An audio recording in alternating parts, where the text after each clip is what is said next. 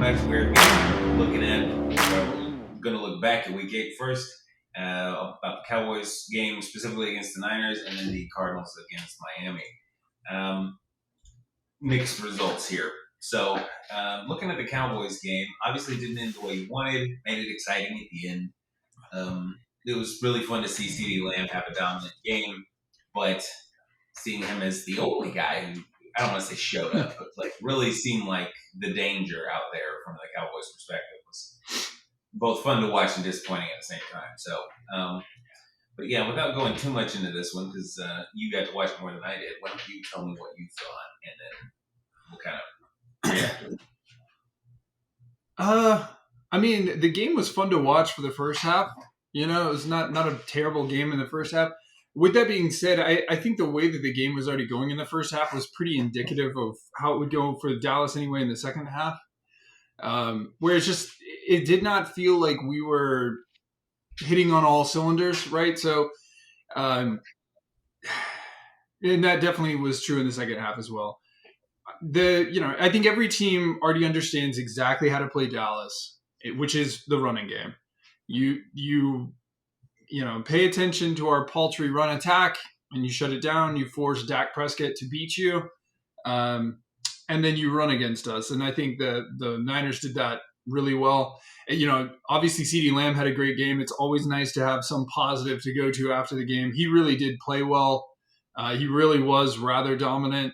But on the other side of the ball, just to answer the call, was George Kittle, who looked pretty phenomenal. He did all the things that he specifically as a tight end does really well.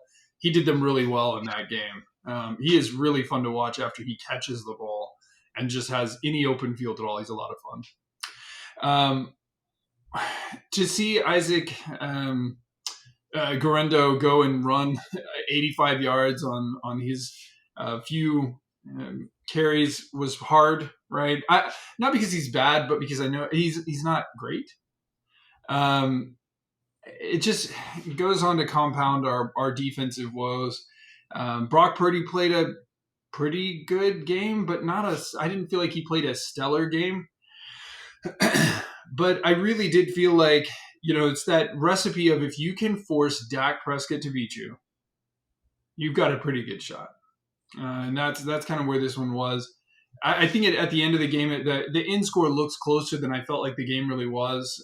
We scored 14 there in the fourth quarter, and I kind of felt like the Niners played more prevent than anything else a little bit, and gave up some points to run out clock and all that. I was not overly obviously impressed. I think Dallas has two very glaring, obvious holes. I would like to see them try to do something before the trade deadline to patch one or the other, because we're going to have another interesting game coming up. Again, my hat's off to the Niners. I actually feel like they're playing pretty good football. I know that they're probably disappointing to a lot of their fans, because I think going into the season, everyone's like, hey, this is a Super Bowl team, and they haven't really played that way in a tough division. But I think they played a pretty good game. I'll be interested to see where they go from there. What other takeaways did you have from that game?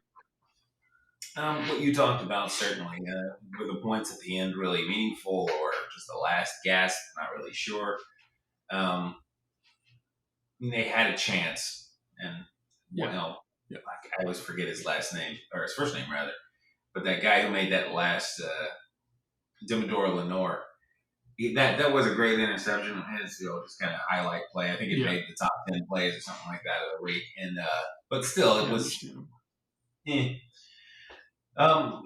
The same stuff that we've talked about before. Like you said, if you can force Dak to beat you, then that's probably the formula right now, and we should give that the scope that it probably deserves, which is if you can get Dak to beat you with what he has around him that are like passing tools, then it's probably not that's not going to end well for Dallas right now, because they are the tool team. They are a 2-tool team offense where I think you need to be 3. And we kind of talked about this earlier this week. Mm-hmm. I think you need 3 to really be a potent, consistent offense. And again, right now they have 2. They have Dak and CeeDee. In the past, when Ezekiel Elliott was still Ezekiel Elliott, they had him. Or years past, they had Jason Witten and so on. But right now, they just have two, and that's kind of a bummer. And then you compound that with their defense just isn't what it once was, partially because of injuries. Micah Parsons not being out there is a problem. But I'm really not going to ask Micah to help too much with the run defense. He is good against the run. He's just fine. But that's really not what I think of when I think of Micah Parsons. So, yeah, until that happens, and I think I read that he's practicing this week, but we'll see how that looks on game day. Then they're going to have kind of the same problems, and they're going to have to try anything they can think of to overcome that. So it's a tall order. But yeah, I pretty much see this the same way you do. And it's not like you lost to a bad team. This is not a disheveled, imploded San Francisco 49ers team. This is a Niners team that's missing some core players, and they played below their measure, but they are coming back up, and they're supposed to get Christian back in the next week or so. So I don't think there's much shame, really, in losing a close game to San Francisco. But when you're Dallas and there's these expectations of greatness, they're kind of thinking, hey, beat this. You should be beating the big teams as often as you're losing, if not more often than you're losing. So I do get the disappointment. It's been a while since my team's had any expectations like that, but they have happened, believe it or not. So, but we'll see moving forward. It's been fun to talk about potential trades that might make them better at specific points. It's been interesting. So, yeah, it'll be fun to see. And I think they play the Falcons next time, right? Yeah, another solid team to have to go and play against. Yeah. But like you pointed out, if we get some of our defense back, that would be really helpful. Obviously, Micah would be an enormous return. I think Deron Bland, if he's back, I think he's been practicing or just started back. Even if we see him every once in a while, is a real potential positive. So. We'll see. We'll see how that all turns out. But should be another challenge.